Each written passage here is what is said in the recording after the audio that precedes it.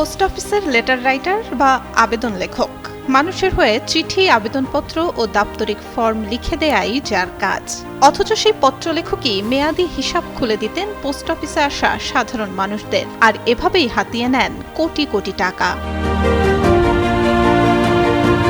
রাজবাড়ী সদর উপজেলার বাঘিয়া গ্রামের বাসিন্দা শিহাব মৃধা, পেশায় একজন লেটার রাইটার। ২০২১ সাল থেকে রাজবাড়ীর প্রধান পোস্ট অফিসে কর্মরত, কিন্তু সাধারণ মানুষের সরলতার সুযোগ নিয়ে লেটার রাইটার থেকে রীতিমতো বনে গেছেন হিসাব খোলার মূল কাণ্ডারি। সঞ্চয়পত্র কিংবা মেয়াদি হিসাব খোলার নামে গ্রাহকদের কাছ থেকে কোটি টাকা হাতিয়ে নিয়ে এখন চম্পট দিয়েছেন তিনি।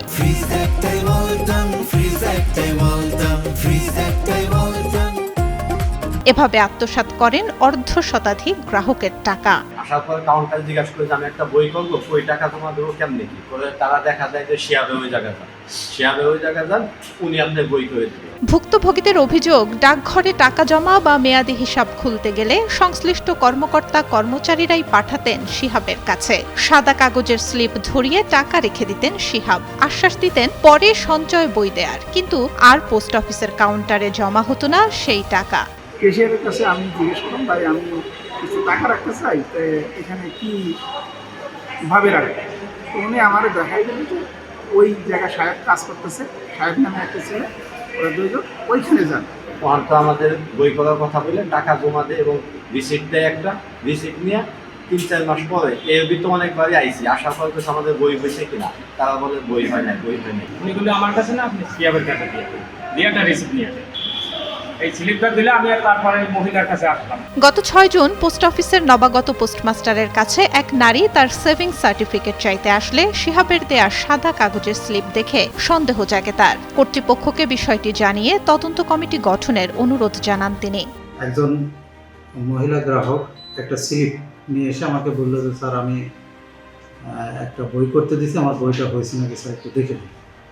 আমি স্লিপটা দেখে এটা কোনো অফিসিয়াল স্লিপ না, আমার একটু সন্দেহ হলো যে এটা কি।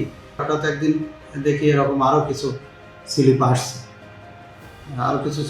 আমি এরকম দেখে আমার ঊর্ধ্বতন কর্তৃপক্ষকে বিষয়টা জানালে ঊর্ধ্বতন কর্তৃপক্ষ, আমি বললাম যে আমার এখানে সন্দেহ আছে, কোনো বড় ধরনের ঘটনা ঘটে থাকতে পারে, একটু তদন্ত দরকার। গত ১২ জুলাই কুষ্টিয়া বিভাগীয় অফিস থেকে তদন্তে আসেন পোস্টাল সুপার, কিন্তু শিহাবকে পোস্ট অফিসে পেয়েও পুলিশে সোপর্দ না করে ছেড়ে দেন তিনি। এরপর আত্মগোপনে চলে যায় শিহাব।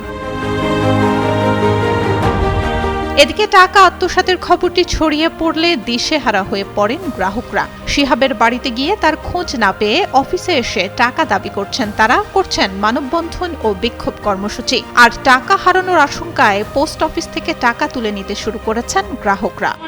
এখন আমি চাই যে আমার একটা সুষ্ঠু তদন্ত কমিটি গঠন করে আমার টাকাটা আমার ফেরত দিন।